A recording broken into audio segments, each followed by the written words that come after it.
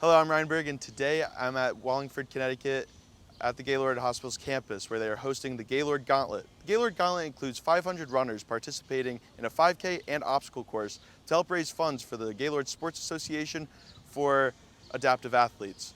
We talked today with some of the various athletes and teams to what it means to make it possible for The this Gaylord event. Gauntlet brings people together all around to raise money to support their sports association teams and programs they host. But it's also to hear even better stories. We sat down with Chris Scranton, who's an adaptive athlete who's been involved in Gaylord events for about 5 years and counting, what this event means to him and his It's a team. way to bring some attention to the accident that got me into this position, which was a motorcycle accident. So I'm able to bring some light onto that, and also to give back to Gaylord, which is an awesome rehab facility, and without them, I wouldn't be sitting here today. We asked Jod Redfield, who's an adaptive athlete as well, who's heavily involved with Gaylord's events throughout the years, a similar question.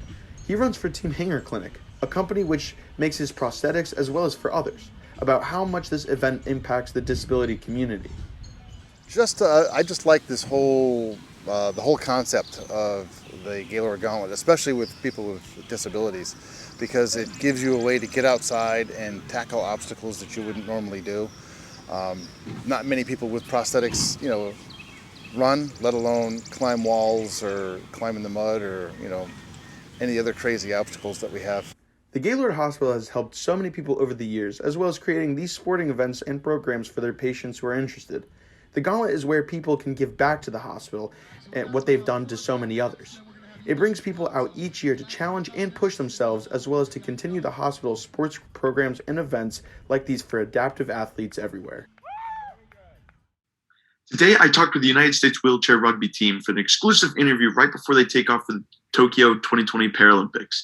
I talked with Ray and Chuck, adaptive athletes on the team, to hear their stories about the team and how they were able to reach this prestigious goal. I'm pleased to share this information with you guys, the conversation I had with them, so please take a look. I'm here with Chuck, who is a member of the USA wheelchair rugby team. Chuck, how are you? Doing wonderful. And yourself? I'm doing well. So, how long have you been a part of the wheelchair rugby team?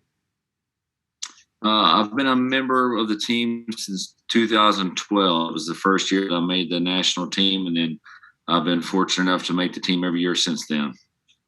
So, how long have you been playing in general? In general, I started playing club side in 2008 with the St. Louis team. So I played with them about 3 years, and then I went for my first tryout with a developmental team for USA and made that in 2011. And then I made the U.S. team, the national team in 2012.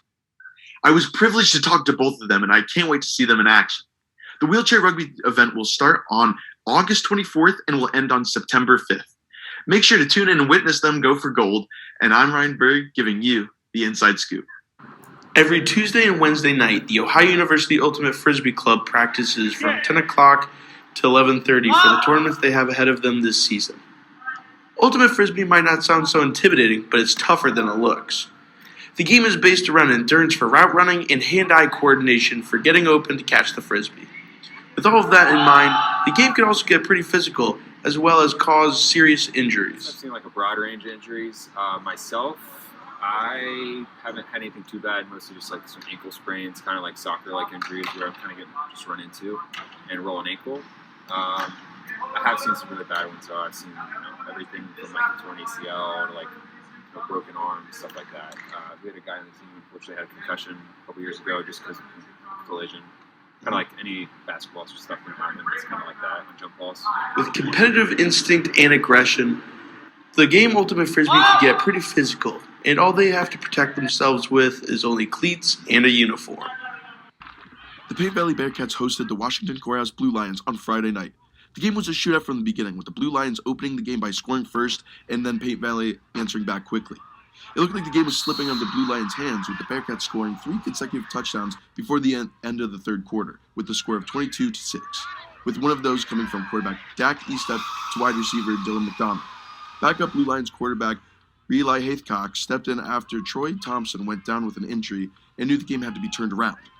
In the fourth quarter, with 10 minutes left, Coach Chuck Williamson and the Blue Lions were in a tough position, being down 29-12, the largest lead in the game for the Bearcats. Stemming up from the bench, Haithcock ended up throwing 2 touchdowns, one to his brother Isaiah and the other being the game winner to AJ Delmare. Yes, I said game winner. The Blue Lions shocked Paint Valley from coming back from 3 scores with only 10 minutes left in the game. The final score ended with Washington Courthouse 32 and Paint Valley 29. I was able to talk to quarterback Reli about the special moment he had with his brother. Not gonna lie, we used to do that when we were younger. Felt good. Bring back memories a lot. For Gridiron Glory, I'm Ryan Burg in Bainbridge.